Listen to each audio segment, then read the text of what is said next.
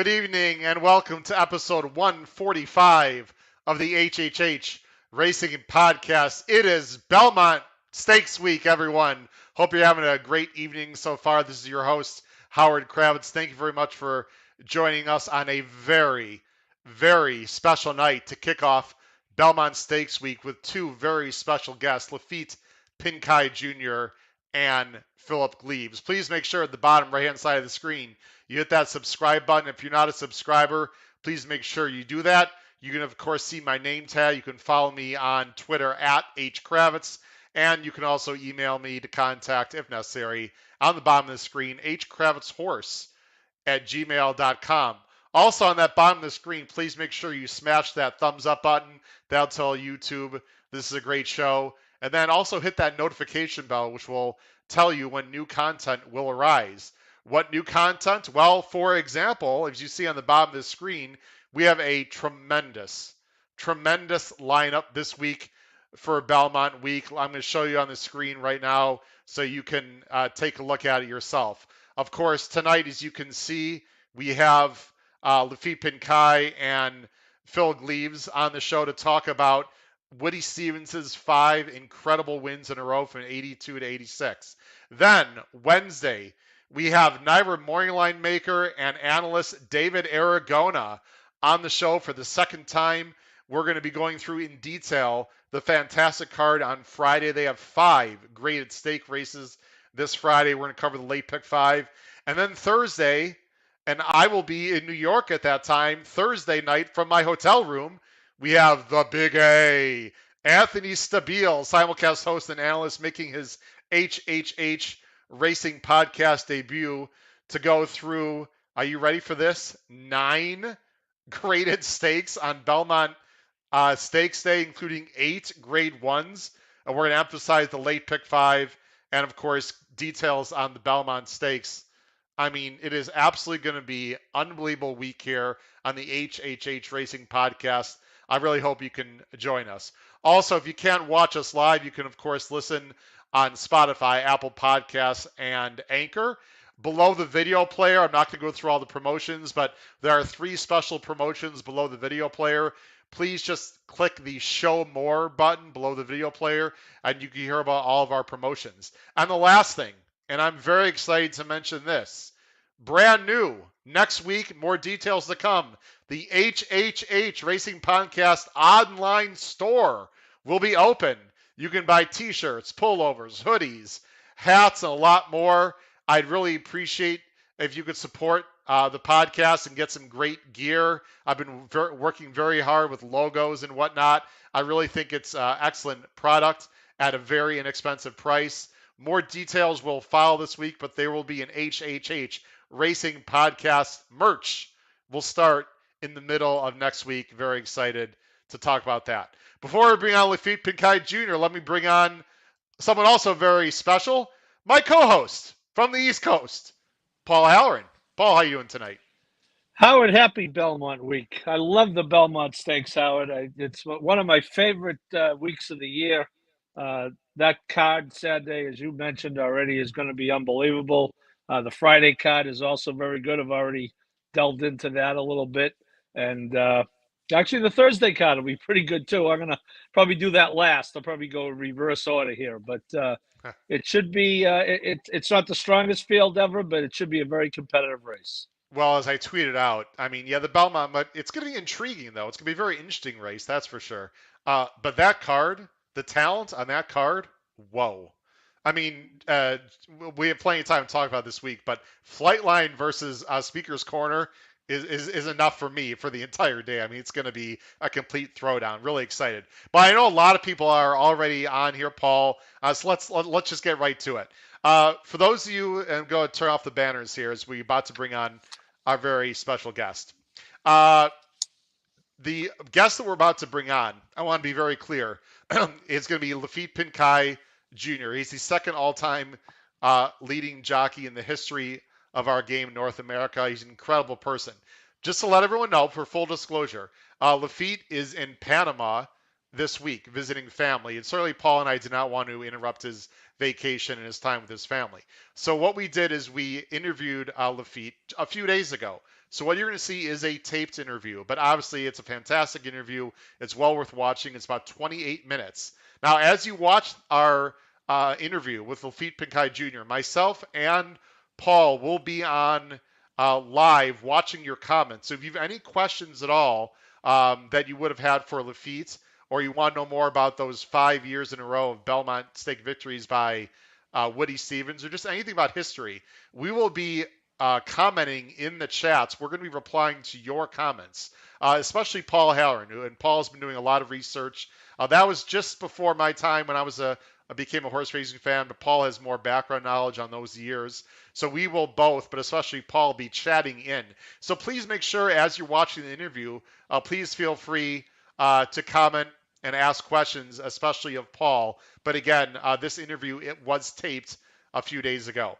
Paul, we ready to show the audience the incredible interview with Laffit Pincay Jr. Excuse me. Absolutely. One of my favorites. What a tremendous guy. I hope people enjoy it. All right, so let's do it. So, ladies and gentlemen, this was a few days ago. He really needs no introduction, but he's going to get a big introduction anyway. This is myself and Paul Halloran with sound interviewing the fantastic Laffit Pincay Jr. Enjoy, everyone. As we start Belmont Week, we're going to be bringing on a very special guest. This gentleman is second all time leading jockey with 9,530 wins, 5 Eclipse Awards, 237 plus $1 million his horses have won. He came to the U.S. in 1966 from Panama at age 20 and retired in 2003 at age 57 years old. And Paul's going to finish with our information, and then we'll bring on our guest. Yes, Howard, and we're going to talk specifically. This is the 40th anniversary of the start of what I believe is one of, if not the greatest streaks in horse racing. Woody Stevens, the trainer, winning 5 straight Belmont Stakes. So it's very fitting that we recognize that on the 40th anniversary. And starting it off was this gentleman, Laffit Pincay Jr., who is going to talk about some of his mounts. But you mentioned, Howard, some of his stats. He was inducted into the Hall of Fame in 1975, barely 30 years old. He has 7 Breeders' Cup wins. We look now at the Santa Anita Derby, which has always been a major prep for the Kentucky Derby. He only won that 7 times, Howard. 7 Santa Anita Absolutely Derby. unbelievable. He has the distinction of riding all 3 legs of the 73 Triple Crown on Sham, who was the horse that was thought to be a threat to Secretariat. The way it turned out, no one was a threat to Secretariat. But he really is a legend of the game, and I think it's tremendous that he's taken a little time to join us here, because it not only would be great to talk to him, but this streak, which I've spent a lot of time researching, is really unmatched in the annals of horse racing. So, no question, it's unbelievable to have this gentleman on this show. We are so proud to introduce the HHH Racing Podcast to pick off Belmont Week, Mr. Laffit Pincay. Laffit, how are you doing tonight, sir? I'm doing very well, Howard. How are you, Paul? Laffit, I'm terrific. Thank you for joining us from the West Coast, where you've made your home. And you and I spoke a few years ago when I was doing a kind of an in-depth story on Woody Streak, and you probably, after Woody Stevens in the horses, played the 3rd most important role in this streak. And I kind of wanted to start with right at the beginning in '82, and the day before the Belmont Stakes, you were kind of minding your own business, riding your races at Hollywood Park, and tell us what happened that day. Well, I came after riding a horse, and my agent was waiting for me, and he told me that if I would like to go and ride Conquistador Cielo in the Belmont State the next day, and I knew he was the favorite. I knew the horse to beat, and I said, of course. What happened?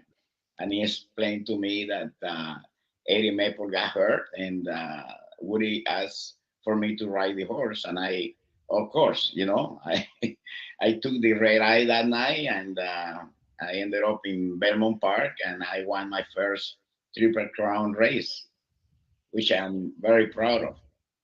Now, Howard knows I always find a Boston connection to these stories, Laffit. I remember you telling me in a rush to get to the airport, didn't you actually miss your first flight and ended up taking a flight that you had to connect in Boston Well, to that's get to right. Belmont? That's right. Yes, I forgot about that. And actually, I think they bumped me up because for some reason they had too many passengers that night, and I ended up missing the flight, and I had to take another flight, and that's how he went about. But And 40 years later, air travel has not improved yeah, at all. They would still bump you. So you got to Belmont Park about noon. Now, interestingly, yeah, Lafitte, as we know, Conquistador, they talk today about, horses don't run often enough and, the trainers go easy on them. Conquistador Cielo won the Met Mile 5 days before the Belmont Stakes. Tell yes. me what you were able, in the short amount of time that you had, what you were able to learn about how he ran in the Met Mile and what you were looking at in the Belmont. Yeah, well, all I knew that he could run. And then when I saw the made mile, his fraction, I was afraid that he might be get ranked with me during the race. The first part of the race, it was because it was mile and one half, and broke. He broke right on top, and I kept him way out in the middle of the track, past the middle of the track, and I just want him to relax, keep him away from all the horses.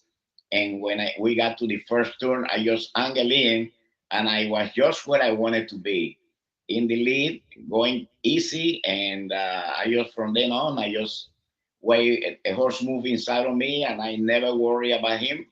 And he went on his own again, and at the end of the stretch, I just asked him, and he just went on, and I never had to hit him, and he just went very easily. Lafitte, we're going to show the replay in just a minute, but before we show the replay, can you talk about your expectation on this horse? Did you really feel like he had a good shot to win? What were you expecting out of the horse before the Oh, race? oh, definitely. I thought he should win the race, and I knew that he could run. I knew that Woody was very high on him, and he just told me to ride him with confidence, and I did. Other than studying some of his past performances, I knew that he should win, or he will be very tough to beat.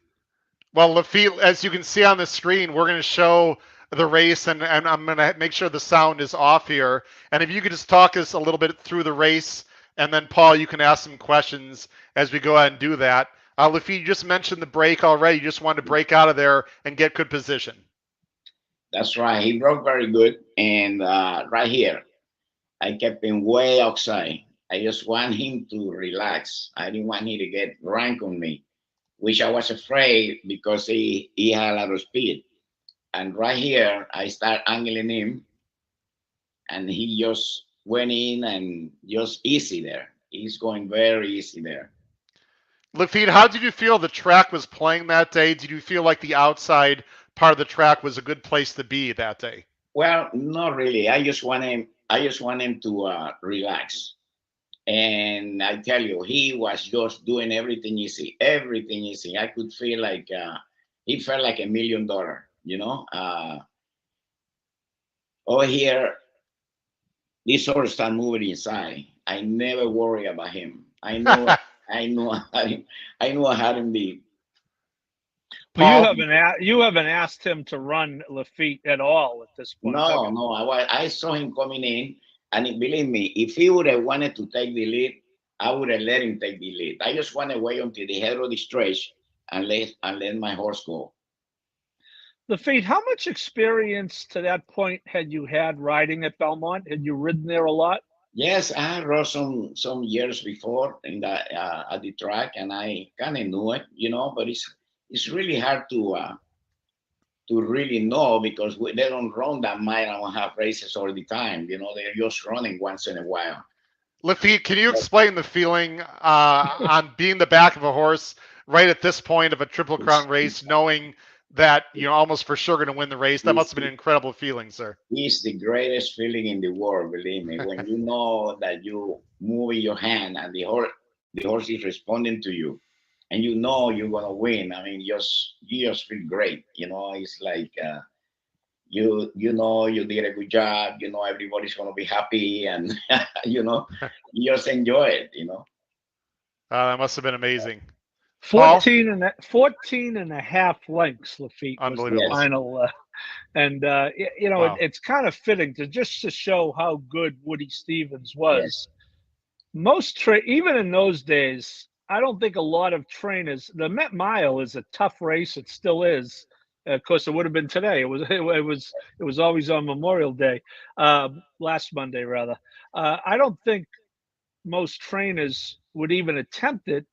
But to go from the Met Mile into a mile and a half race yes. 5 days later, it just shows what type of condition he had that horse in. That's right. What kind of a confidence he had on him. He knew the horse was ready.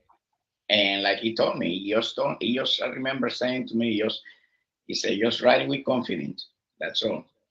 And Well, I did. you certainly did that because you didn't have to ask him to run virtually at all, and there was no worry about moving too early because you just made that lead so effortlessly, and that started it. But even at that point, Laffit, it would be hard to imagine that Woody was going to win four more in a row after that. You're right about that. Yes. And So it's go ahead. no, you go ahead. No, the next time I think my next race was on Swell, right? Wasn't it? Or yeah, Caveat. Caveat. yes, on Which Caviar. again, unfortunately, Eddie Maple was kind of star-crossed. Eddie Yes. Maple had chosen to ride a horse named Chumming in the Derby for Woody, for someone else rather, Yeah. and so that opened up the mount on Caveat. And this, I understand, the instructions were, Woody, take them back as far as Yes. you can. Yes.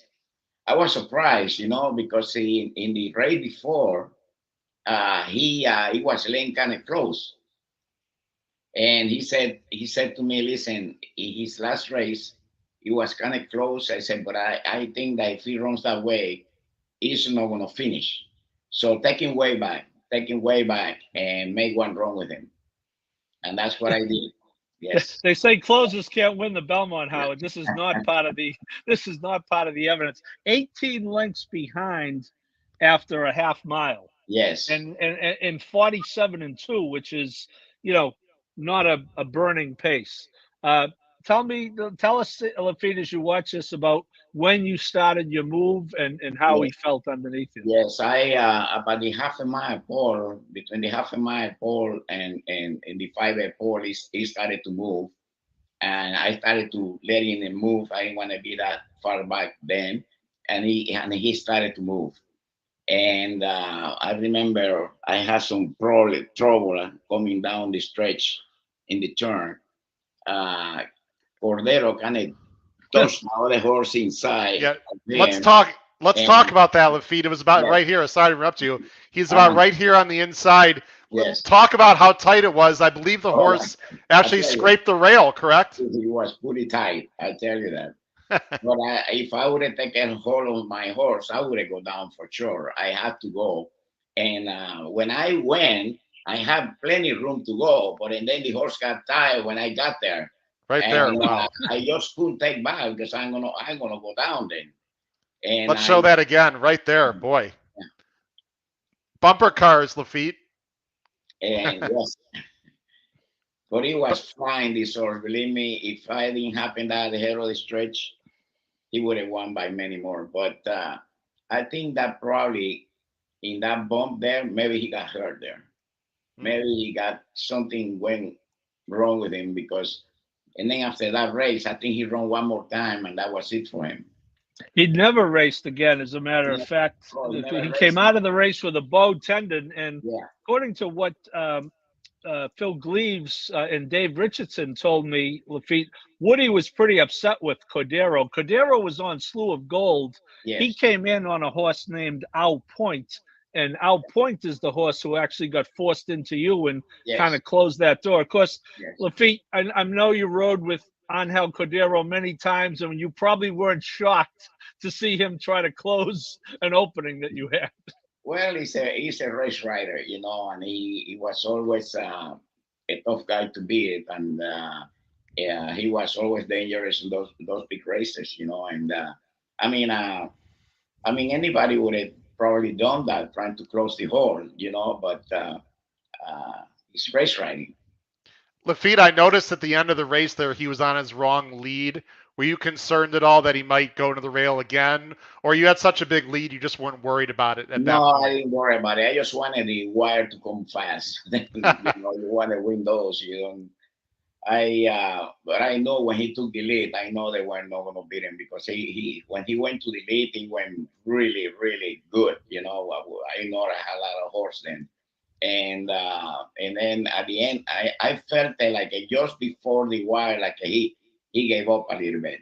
I could feel like he gave up a little bit. Would you Plus, worry? What Paul was there was no inquiry, correct? So Lafitte, were you worried about a possible inquiry from the Well, stewards? they took kind of a little bit of a long time. So yes, you always worry in those inquiry. Just always worry. You never know. You never know what's going to happen. although you But certainly run the receiving end on that one. but I The was thing I just was glad going to when I saw on the official, when they declared it official. Yes, to show how much horse you had, Lafitte, he got bounced off the rail once or yes, twice at the quarter pole. That means he'd already run a mile and a quarter to yes, lose momentum somewhat by being hit yes, off the rail and to still yes. close like that. Yeah. Boy, you were sitting on a monster that day. Yeah, because he was flying. Believe me, when I asked him, there was plenty room to go. When I just put a neck in the horse, the horse kind of got tied up, and I have to go. I couldn't. If I take back, I'm gonna go down. So yes, Boy, there wasn't much room there. That was a talk about race riding. You were doing some race riding there yourself because you were threading the needle, sir. So that takes us to 84, and you get to that point in your career. You've had an unbelievable career, but you haven't won a Kentucky Derby yet. And again, poor Eddie Maple rides Devil's Bag, which is the horse of the year as a 2-year-old. He yes, was supposed to be the yeah, he was supposed to be the Triple Crown winner. He was exactly. syndicated for $36 million. He gets hurt. They need a jockey going into that 3-year-old campaign for Swale.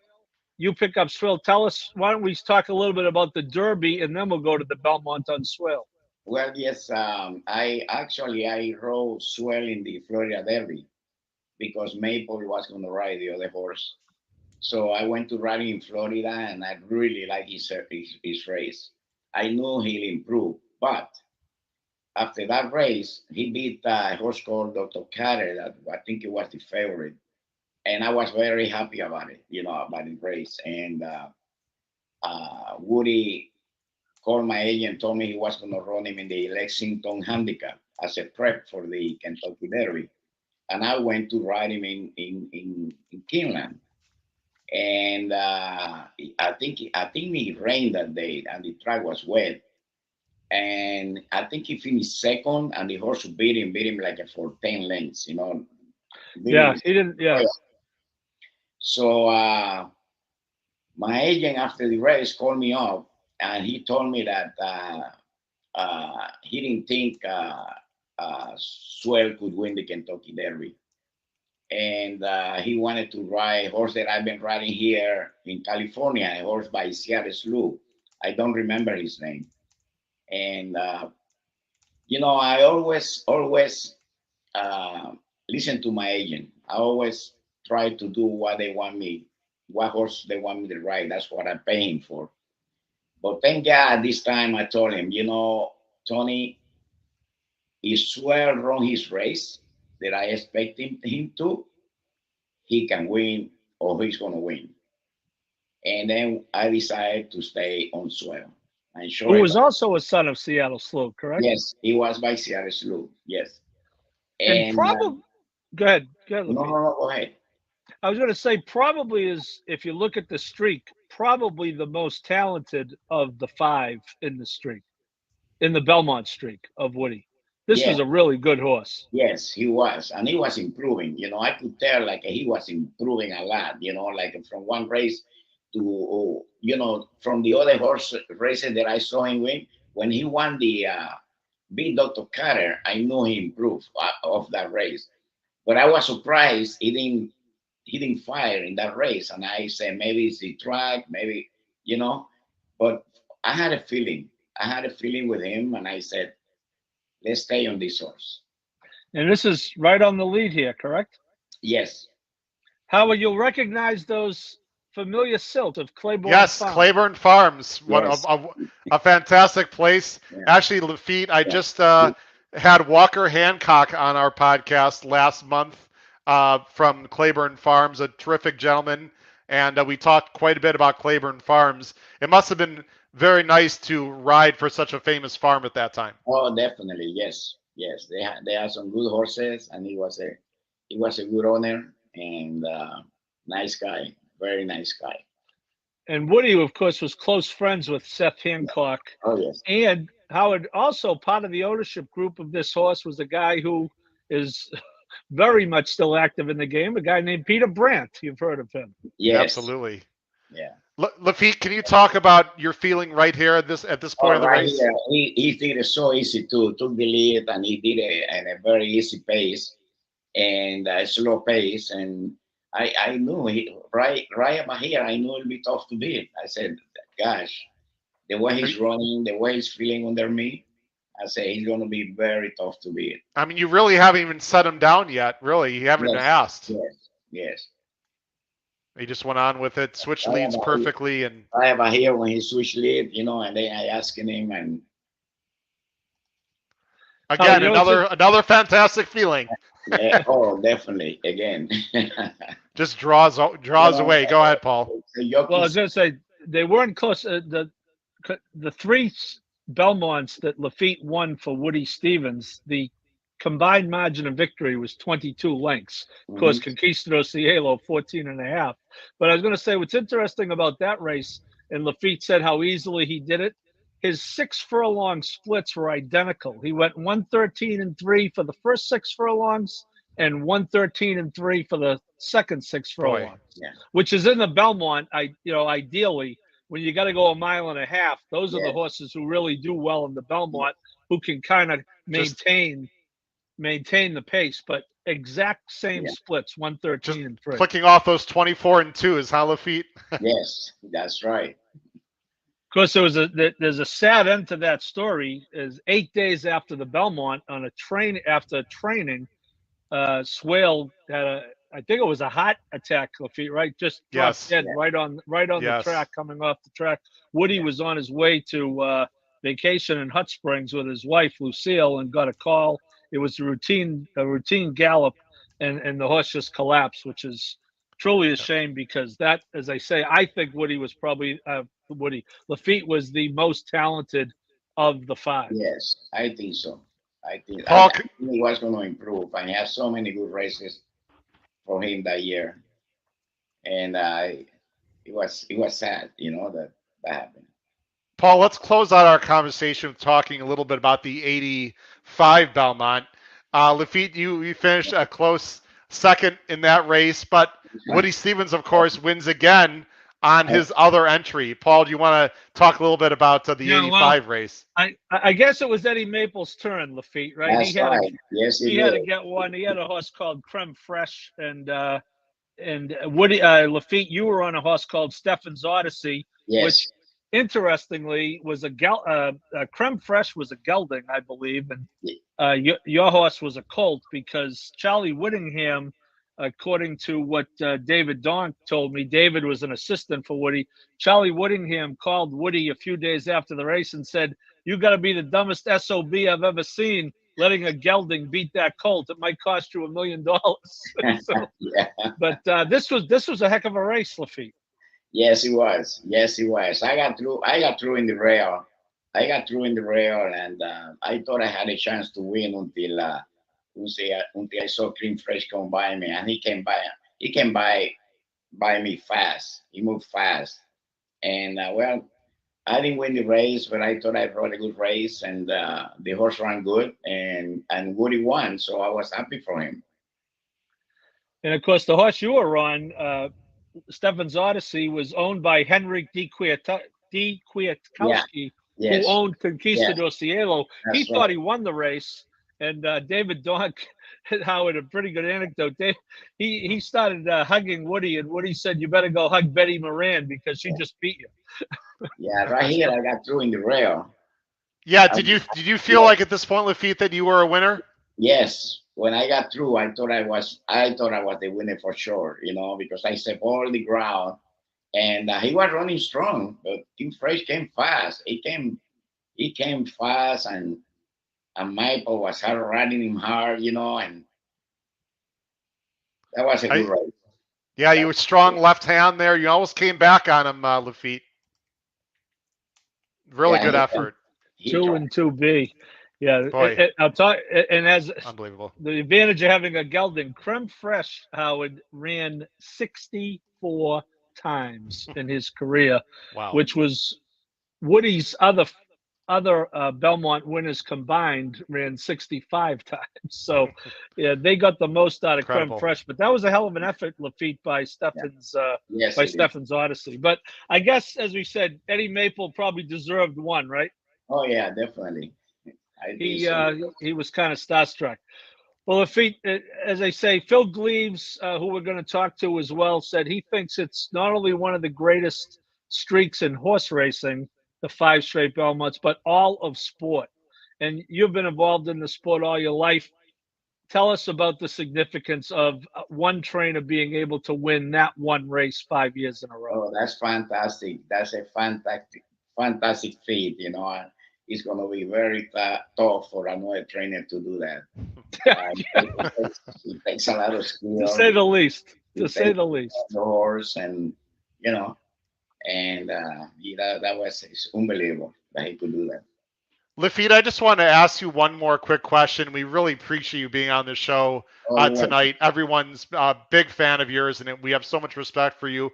Is there a particular jockey that you watch right now that you just think is fantastic and you like to follow, whether it be on the West Coast or somewhere else? Oh, definitely. I usually watch Panamanian jockeys because they have a very good school over there, and Saez is doing fantastic. I think he's probably the best jockey in the United States right now. Uh, but I also like Rosario. Rosario is a very good jockey, very top jockey, one of the best ever, I think. And but Saez is young, and another jockey that is doing very good and he can really ride is a jockey called Santana, another Panamanian. And then Yes. a couple of, I don't remember his name right now. It doesn't come to me, but they are very good, very good, very good Because jockey. Saez really, Lafitte, had that breakout meet at Saratoga last year. Yes. That's a huge deal for him to win that Won the jockey title. title. Yeah. Yes, it's not easy to win over there in Saratoga. Not easy. It's Definitely tough. not. It's tough. Yes, I won it one time.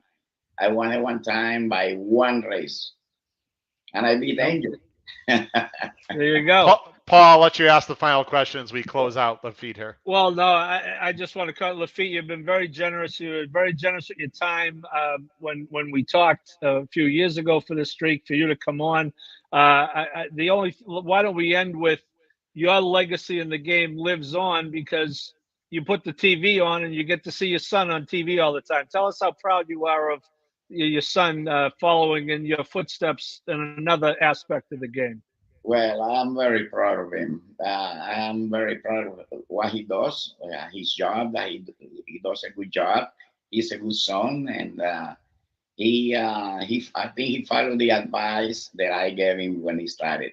I said, "Just you are never good enough. You always want to get better," and that's what he does. He always want to improve. Of course, I you can thought you were going find to tell us Lafitte the Pincay. advice. I thought the advice was don't become a jockey. Well, I didn't want him to.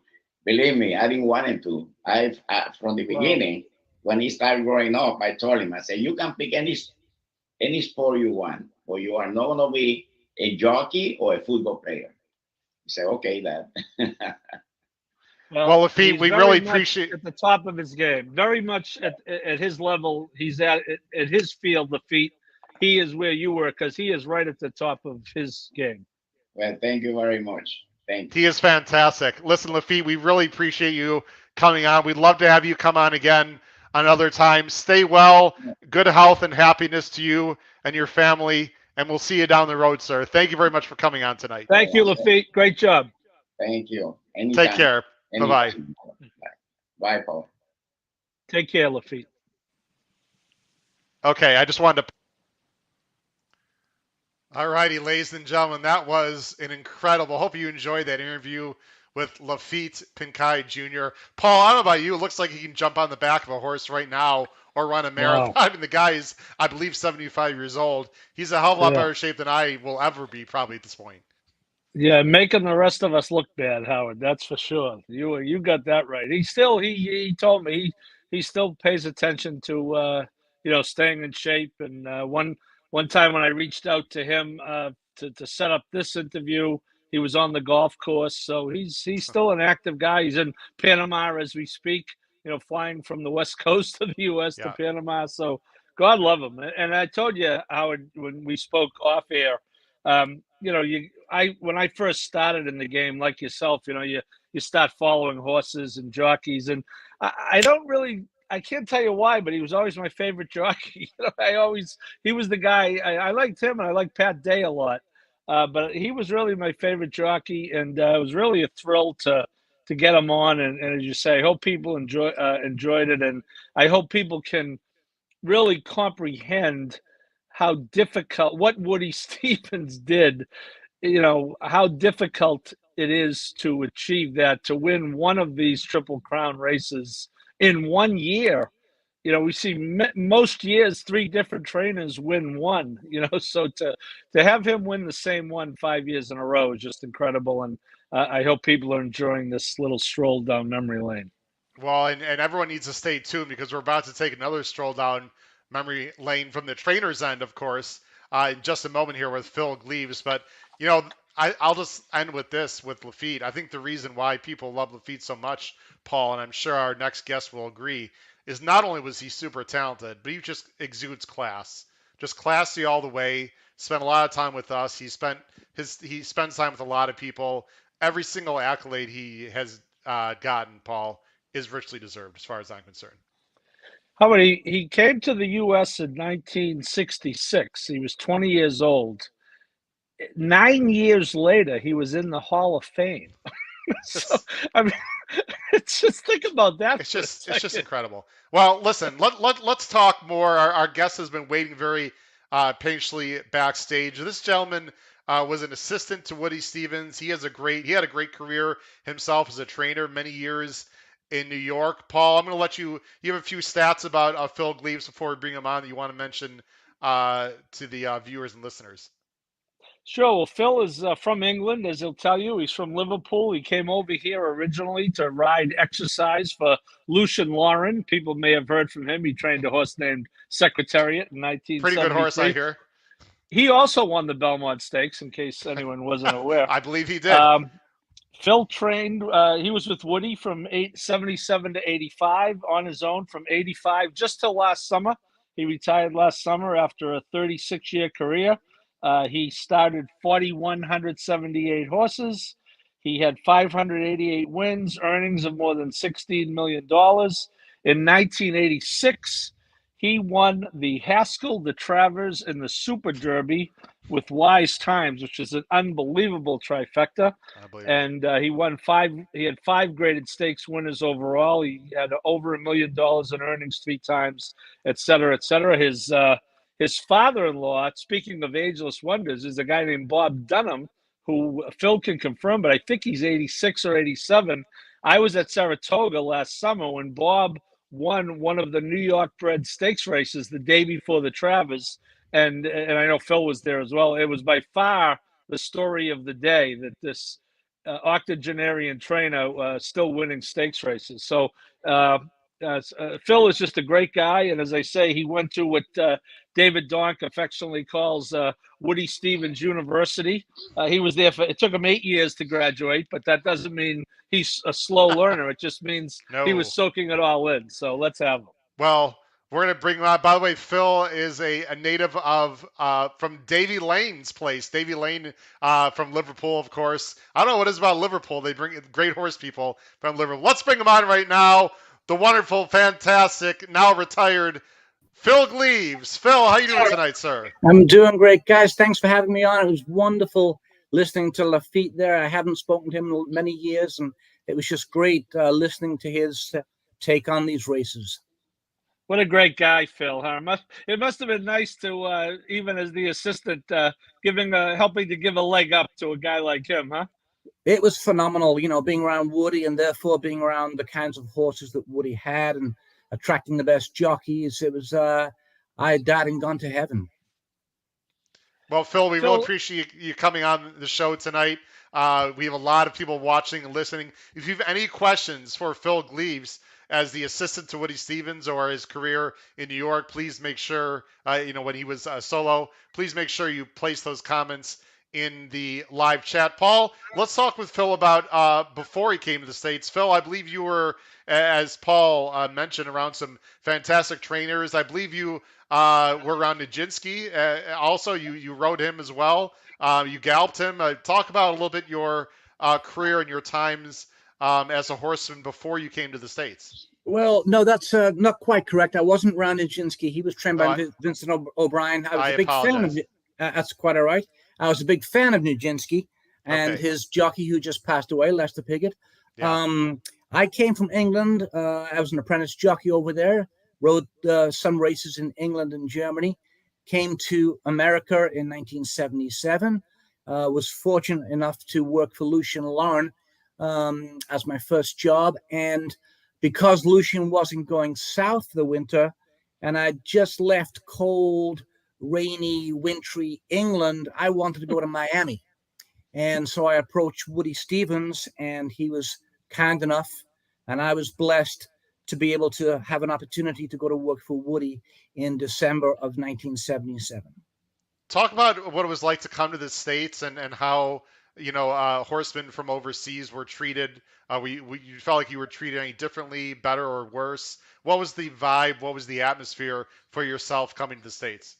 Well, there's still very much a class system in England that's still vibrant today, unfortunately. And a guy from the north of England, like myself, from a working class background, wasn't going to have many opportunities to advance in horse racing in England.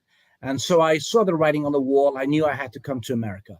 America was the place for me from my early teens. I loved American music. I loved American TV. I wanted to be an American.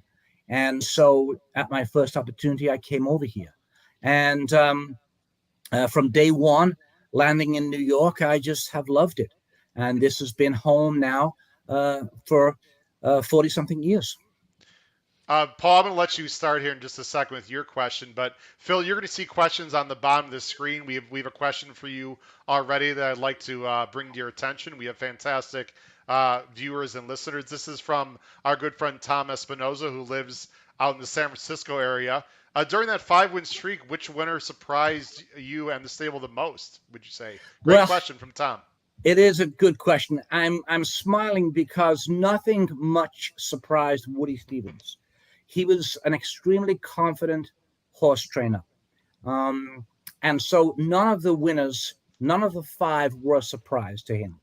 And I will also say that having been around him for 8 years, around a lot of good horses, we won a lot of big races. He trained a lot of top horses. I've never seen him as confident about any horse in any race as he was about Conquistador Cielo in the days prior to the Belmont. Several people in the business, high up in the business, had tried to talk him out of running. The horse, after having won the Met Mile, going a mile and 33 flat, and drawing off and winning that pretty easily, had immense value as a stallion prospect. He was by Mr. Prospector. Mr. Prospectors normally don't want to go a mile and a half. Not only was he going to run in 5 days, if he did run in 5 days, that would have been his 4th race in 28 days. Unbelievable. So people were asking him and questioning his judgment, and he would just not hear of it. I remember having conversations with him, walking to the track on one of his horses at that time, and we'd be walking to the track. He'd be on the pony, and I would say, "Woody, are you sure about this? This could go very wrong." And he said, "There's just absolutely no way that this horse will get beat." And he was that confident in that horse in that race. Phil or Paul, do you know the odds of Conquistador Cielo that day? 4-1. Wow. That's probably the overlay of the century, according to Phil, I would say. Paul, yeah. Go ahead with the question. Well, Phil, yeah, you had told me that when we spoke that not only were they telling Woody, but a lot of people, I guess, were trying to get to the owner, Henryk D. Kwiatkowski, and telling him, you're crazy to be running this horse 5 days later. Yeah, I think so. I think there are a lot of people that were trying to dissuade Woody and also dissuade Henrik from running. Again, there was a lot at stake here. There was a lot of stallion power, if you will, at stake here. If he was to bounce, if he was to not handle the slop, if he was to not stay the mile and a half, if this schedule of 4 races in 28 days caught up with him, a lot could have gone wrong. But Woody, again, to his everlasting credit, would not hear any of it. He just said, "No, the horse will win," and that's that. He said, "I know my horse. I know."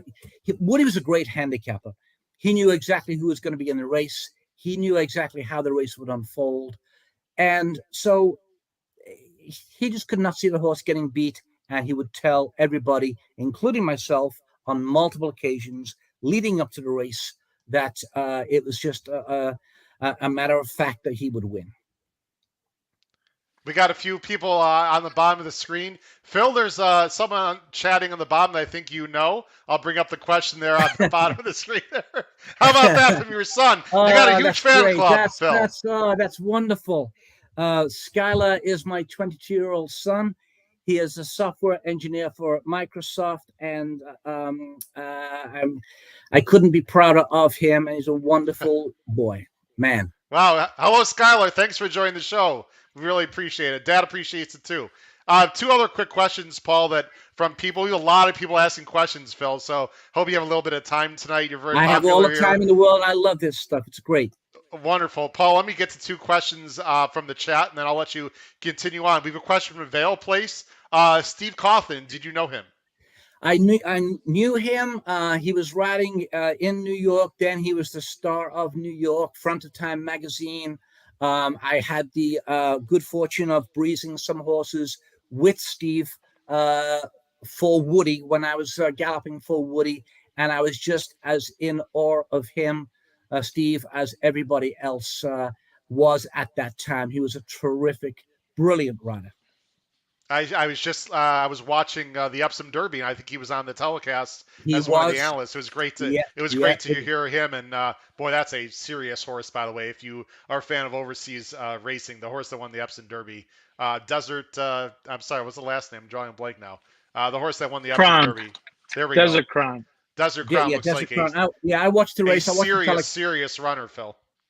Yeah, I watched the telecast, and I listened to Steve on there as well. And he won a couple of Epsom Derbies himself, and just a terrific rider. Great rider. I know we're getting off topic, but Rishi Prasad, by the way, is excellent. I'd love to get him, Paul, on the show as well. He does a great job there on the other side of the ocean. We have another great question, Phil, from Jim Pillars, who's from Buffalo, New York.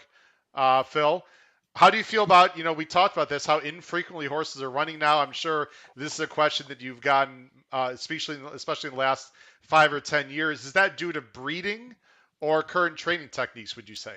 I think it's more current training techniques.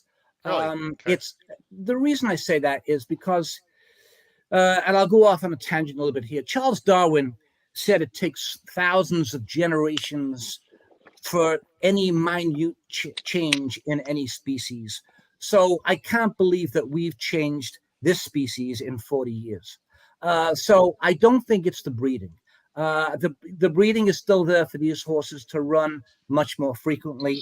I think it's just a personal preference of connections that they choose not to. Paul? Yeah, Phil, I agree with you. And, I think over time, it really hurts the game. It takes a while, but, we're seeing, what happened. There was a lot of talk even this year, the Kentucky Derby winner not coming back in the Preakness. And, there's two sides to the story, right? They got to do what's best for their horse, and which they believe they're doing. But, it's not great for the game. It captured everyone's imagination. This 80-1 shot comes from nowhere to win the Derby. And those who don't follow the game were like, where is he in the, they just assume he's running in the next leg of the Triple Crown. So, I think over time it really hurts. Yeah, I would agree with that. I think it may start to turn a corner and come back. I can't understand how owners can afford to keep racehorses. It's a very expensive hobby or passion or business. And to be only running a few times a year, if they're not going to be in big races, it's kind of hard to justify the investment if they're only going to be running a handful of times a year. Paul, let's move on to Caveat and Swale and talk to Phil about his thoughts on those 2 years. Sure. Yes. We were talking as you heard from Laffit, Phil, and it was you who told me that in the paddock, he told Laffit, take the horse back as far as you possibly can. And when you think you have them back far enough, take them back some more. Tell us what Woody was thinking there and why he was so intent on having that horse be so far back, which, almost 40 years later has proven to be the exact opposite of the strategy you want in the Belmont. Tell us about what he's thinking going into that. Well, we'd sent the horse. I'd gone with the horse to Hot Springs that winter. Woody had sent me down there with several horses for their racing festival. Woody would come in to saddle the horses. I was there a few days ahead of time. And we ran him in the Arkansas Derby. We ran him in an allowance race over there before the Arkansas Derby. And he laid close in that race, and he finished second. I believe he might have been favorite that day. But then in the Arkansas Derby, we decided to try something different and take him back off the pace. He came flying, finished second to Sonny's Halo. So that was the first inclination of how he wanted to be ridden. And then in the Kentucky Derby, we drew post 20. So it seemed obvious at that time he didn't want to kind of gun him and try and get caught while going to the first turn in the Derby. So we took him back again, and he was way back in the Derby, and he came flying to finish third. And you could argue he may have been the best horse in that race, in the Kentucky Derby, based on the way he ran. After that, as Laffit said, prior to the Belmont, he had laid close to the pace, and then Woody had then solidified the idea that he wanted to take him back as far as he possibly could. And that is true. He did come to Laffit in the paddock and said what you just said, Paul. Take him back as far as you possibly can, and when you think you've got him back as far as you want, take him back some more. And that's exactly what Laffit did. And it's great that a jockey that can have that much confidence to be in a classic to be able to do that. And Laffit did ride with that confidence and came up the rail. I watched the replay when Laffit was on prior to me, and he did bounce off the rail, and he did get hurt in the race. He never ran again. He bowed a tendon. We tried to nurse him back. We swam him a lot up here in Saratoga over at the trotting track. We tried everything to try and get him back to the races, but we couldn't justify running him again with that bowed tendon. Phil, just out of curiosity, with the technology being different in just the years and the advances in medicine, do you think you would have been able to get him back to the track today? No, I don't. I think Howard. I think most trainers would say it's the worst. It's the worst injury a horse can have, in that it always tends to reappear. And it's the worst thing that you want to see on worst injury you want to see on a horse is a bowed tendon. And so, no, I don't think that modern science has made us that much better in that area of bowed tendons. At least that's my experience. Paul, before we talk about Swale, Paul, I just want to answer a few other. We have a lot of great questions. Dean G wants to know. We're a big fan of Believe It. Did you believe it could win a Triple Crown race? He was against Affirmed, but Believe It he thought it said won the Wood. Just a big fan of Believe It. You want to talk about that horse a little bit for Dean? Well, sure. He was a horse very close to my heart. When I first went to work for Woody, I started galloping Believe It as a 2-year-old turning 3, and so I was his regular exercise rider. And we knew, or we came to understand, that Believe It was not as good as Affirmed and Alidar. We were third best, but we tried them several times. But a quick funny story is that Woody had sent me to the Kentucky Derby with Believe It in 1978, and the pony boy who was supposed to take him to the pole in the afternoon had been out partying the night before. And so we now needed a pony for the Kentucky Derby. And so we were scrambling, and I said, I volunteered. I said, Woody, I'd like to do it. And I'd never ponied a horse in any race before. So Woody allowed me to do it. And my biggest memory is coming through the tunnel with Eddie Maple on Believe It, me on the pony, listening to my old Kentucky home, 100,000 people there. And I turned to Maple and I said, Eddie, I think this might be a good time to tell you I've never done this before. And he started cracking up. That just all the nerves went away from all of us, and Eddie talked me through what we need to do. Okay, we're going to go on the track. We're going to make a left. We're going to walk down in front of the crowd. We're going to turn around. We're going to walk in the post parade. It was great fun and a great experience for me. I'm sure you said it with a bit of a cheeky grin as well. I'm sure. Paul, we want to get into Swale and then answer a few more questions. Yeah, sure. And you brought up Eddie. Phil, and you heard us talk to Laffit. Poor Eddie was in the wrong place at the wrong time for unbelievably 3 years in a row. He could have had the 3 that Laffit had, and so it was. We'll get to Creme Fraiche later on, but Laffit obviously took advantage of the opportunity. But you got to feel a little for a guy like Eddie who rode for Woody, who just missed out on those first 3 Belmonts. And we did feel bad. Eddie was and is a class act, and we felt bad that he didn't get this opportunity through injury or what have you.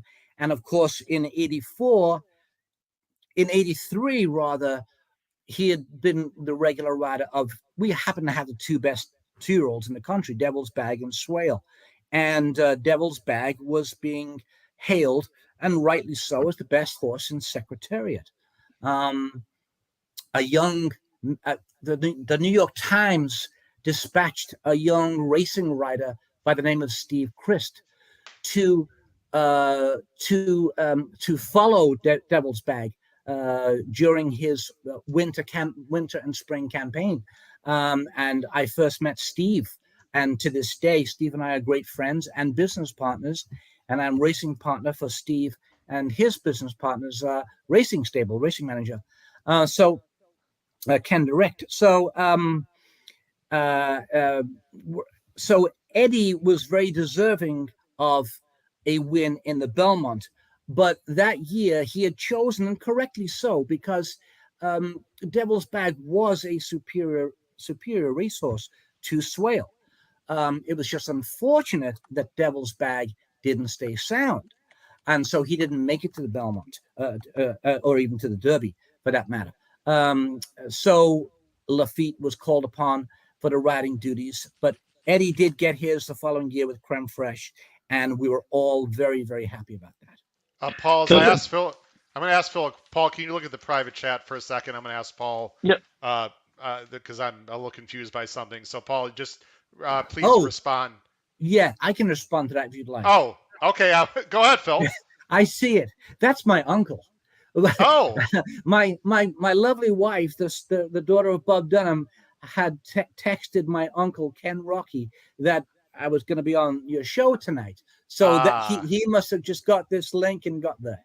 Okay. That's dear Uncle Ken. Okay, wonderful. Well, I wasn't planning on bringing him on. We weren't really prepared for that. I think they just want to watch the show, I believe. I don't think they actually wanted. Okay. Yeah. Okay, no problem. Well, welcome folks that are in my backstage right now. You can of course stay on. Uncle Ken, is that correct? They can stay on backstage if you folks can hear me. You're welcome Uncle to stay Ken on and Auntie M, yes. and keep listening. Phil, before I have Paul end our conversation of the Belmont Stakes, I was just wondering, can you talk a little about your the day-to-day operations of the Woody Stephens stable? What did you exactly do for him? What does an assistant trainer do on a regular basis? And was Woody open to giving you more or less responsibility than the average assistant trainer? Well, it was a different time. 40 years ago, we had the maximum allowable number of horses at Naira, which was 36. We had sort of 2 barns of 18. 18 normally older horses, and then the other barn was full of 2-year-olds. We'd have several assistants, myself, Billy Badgett, Sandy Bruno. So there'd be a couple of assistants / foreman in each barn, and we'd be in charge of making up the set list,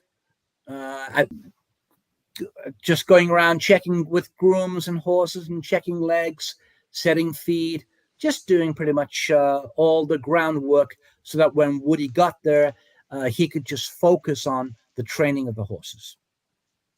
Paul? Just, Phil, briefly to get back to Devil's Bag, to put it in perspective for people, in 1973, I believe Secretariat was syndicated for $6 million, which was a huge amount of money at the time.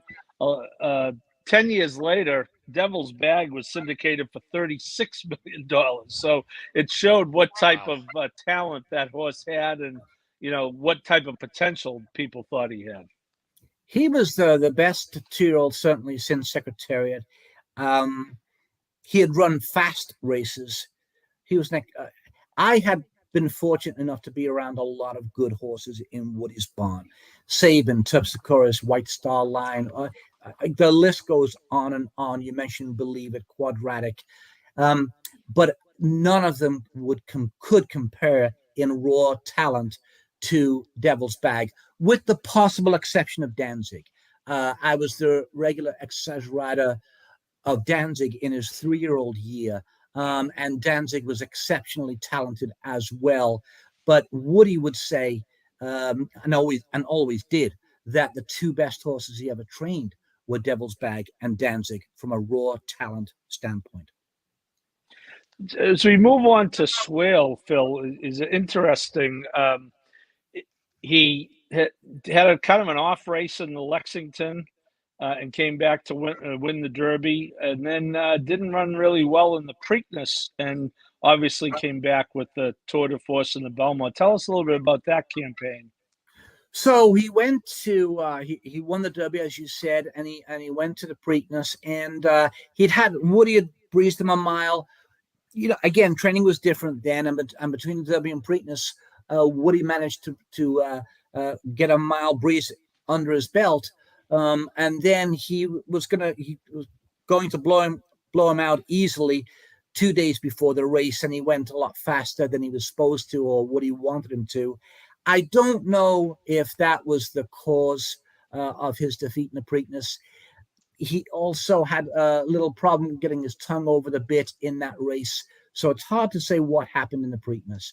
But coming back to Belmont, he trained very, very well leading up to the race.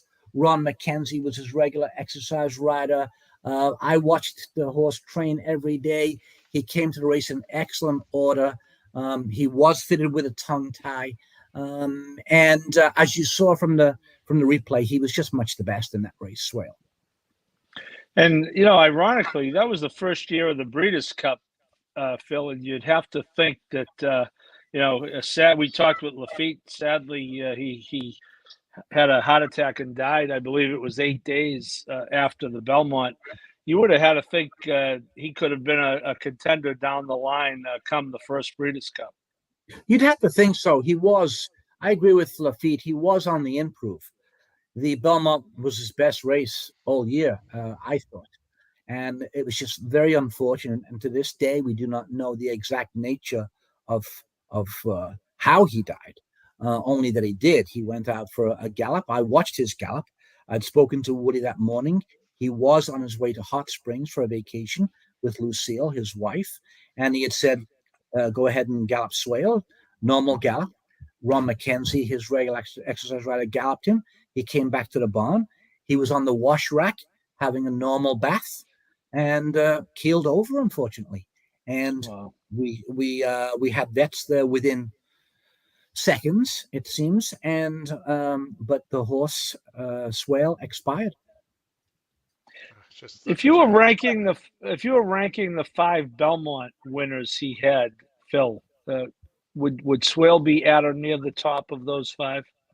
I would think so. Yeah, I would think of the 5 horses, he was the most talented. Creme Fraiche was the toughest. 64 starts. Yeah, right. Conquistador maybe on his day was the most brilliant. Certainly at a shorter distance. But Danzig Connection, yeah, he wouldn't have been quite as good as a couple of the others, I wouldn't think, when it comes to raw talent. But I think the assessment is fair that Swale was the best of those 5. Let's take a few more questions from our viewers. Again, we have as many people watching now, Phil, as we did earlier in the show. So we'll just keep going on for about 15 or 20 more minutes, if that's okay with you. And people are really enjoying this trip down memory lane because horse racing, of course, goes through the generations. And it's just great to hear these wonderful stories firsthand by someone who was there. Jim has a question. Of all the many successes that were well documented, was there a race that Woody lost that was the most disappointing to either you or him? The first race that comes to mind is Devil's Bag's Flamingo. Again, the hoopla, which was merited for Devil's Bag as a 2-year-old turning 3, best horse since Secretariat, had won his first start as a 3-year-old in an exhibition race in a gallop, and then ran in Flamingo and finished a week 4th behind Dr. Carter. And for a youngster like me, would that be Gulfstream or Hialeah, Phil? That would be Hialeah. Okay. Yeah. Great track by. That was a huge disappointment to Woody and all the connections, and certainly to me. I was his regular exercise rider as well as being Woody's assistant, and it was a shock. It was just the horse we thought was unbeatable, and he finished 4th. So I would say that was as tough a loss for Woody as any loss he ever had. Let's take one more question. This is from Vale Place. Heavenly Cause. Do you remember that filly? And talk a little bit about her. Beautiful filly. I have a picture of her in my home here. A nice filly, won the Kentucky Oaks, won the Fantasy, big gray filly by Grey Dawn, owned by Jim Ryan of Rye Hill Farm and August Belmont and Bob Kirkham. Beautiful filly, and have very fond memories of her. Paul? So, Phil, I know you had left, I believe, after 84, right? You went out on your own in 85, but he did win it. We talked about Creme Fraiche, who was talk about a war horse, 64 starts. And I think did David Donk actually replace you, Phil? He did. So, yeah, I left, and I'd been offered a job by Frank Stronach in the winter of 84, 85. And I went to Woody and told him about the offer, and we discussed it. And he said, "I think you're ready." So I had Woody's blessing to go out on my own, and then he set about looking for a replacement for a position to take my position, and he landed on David Donk, and that was a great decision because David proved to be a huge asset to Woody, and has become a very good trainer in his own right, and in fact trains the horses that I own pieces of now and manage, and is a good friend. And lastly, Phil, you spoke about Woody's confidence, and David told me an interesting anecdote. He said after the '85 Belmont, now he's won 4 in a row, and everyone figures, how can he keep winning these Belmonts? He said back at the barn after the race, you mentioned the 2 barns, the regular, the older horses and the 2-year-old barns. He said Woody pointed to the 2-year-old barn and said, "The next one's over there. You guys just got to figure out which one it is." Yeah, right. And it turns out it was Danzig Connection, right? Yeah, right. And David has told me that story, and that's a typical Woody anecdote. It's great. It speaks to Woody's confidence and in himself, and in his confidence in his ability as a trainer. Phil, this weekend, Phil Howard's going to get the pleasure of going to see Woody's Corner in the Belmont Clubhouse. My first Triple Crown race, Phil, my first time to Belmont, coming up here in a few days, actually. Wow. Well, that's just great. Well, congratulations with this guy right there. You're going to enjoy that when you get to see Woody's Corner. Take your time. Just absorb all that history, because that streak will never happen again. Phil, I have to ask you one other question. I don't mean to end on sort of a bit of a negative question, but it's on a lot of people's minds right now, and I'd love to hear from someone who just retired and has seen it all. The drug situation with horses right now, there's going to be federal agencies going to be coming in. I know we could talk for an hour about this issue, and I don't want to get into politics or talk about specific trainers, but what do you think is in the best interest of horse racing in terms of administrating drug use and Lasix and whatnot in this country? Well, I guess to get it all under one umbrella seems to be logical. I think some therapeutic medications are innocuous and necessary for these athletes, because that's what they are. Racehorses are athletes. So I hope they don't get too crazy with taking everything away that can help a horse. I'm dead against any strong medications. I was, as you mentioned, I trained for 36 years, and I've never had any kind of positive drug test in my career. And congratulations, by the way, to you for that. That's amazing. Thank you, and I'm very proud of that. And I want to be able to look myself in the mirror and say I played the game the right way. So I think that people that don't play the right way should be penalized, and penalized harshly, tossed out of the game. Having said that, let's not go too far. Let's not take away aspirin. Let's not take away something that can be of help to horses if they need it. Paul, I'll let you go ahead and ask our last question to Phil. I'll see if there's any other questions in the comments, then we'll go and end the show. Go ahead, Paul. Well, I just want to amplify that point, Howard. The regulations, are pretty tight, and I think they've always been fairly tight. And 36 years, Mr. Gleaves trained, 4,178 starters, as we mentioned, 0 medication violations. So it can be done. It can be done. Oats and water, right, Phil? Oats. Yeah. And Phil, my question is, are you where? I know you still go south, but are you back in Saratoga? Are you? Yes, my lovely wife and I live in Ballston Spa, 5 miles from Saratoga. We bought a home here several years ago. We love it here, and we're here now until October. We've been going to Ocala for the winters, and but now I'm retired, and I'm in Saratoga and loving it. We have several horses, as I mentioned, with David Donk. We have a 2-year-old with Todd Pletcher that we went out to see train this morning at the Oklahoma training track. So I'm still very visible and part of the game, and I'd like to be part of the game. I just wanted to step away from the training of it. I figured that I'd gotten up at 4:30 many mornings, and I figured I deserved a break. Well, I was going to say, Phil, it's hard for me to imagine that when I go to the Oklahoma in the mornings, and I know I've seen you there several times, that I won't see you around there. So I'm sure you're still going to be on the scene, and it's always great to see you. I personally, it's odd, but it might be my favorite part of Saratoga. I mean, I love the races. I love betting them. I love covering them. But there's just something about starting the day across the street, watching those horses train, walking through the barns, watching guys like yourself, doing everything from mucking stalls to leading horses out. And it's just the start of a new day and a new optimism. And I'm confident that we'll see you there again, and we look forward to it. Well, that's great. It's been a pleasure being with you guys tonight, and I look forward to seeing you both out at the track early in the morning, training horses.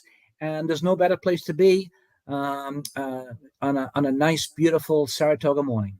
Well, Phil, I will be in a New York state of mind this summer. I also take my first trip to Saratoga during the second week of the season. I'd love to. We'll be in touch. I'd love to meet with you in person and have a beverage with you or whatever and reminisce about Saratoga. Ladies and gentlemen, this has just been a fantastic show. We've had great viewership. I really hope everyone's enjoyed this trip down memory lane with Laffit Pincay Jr.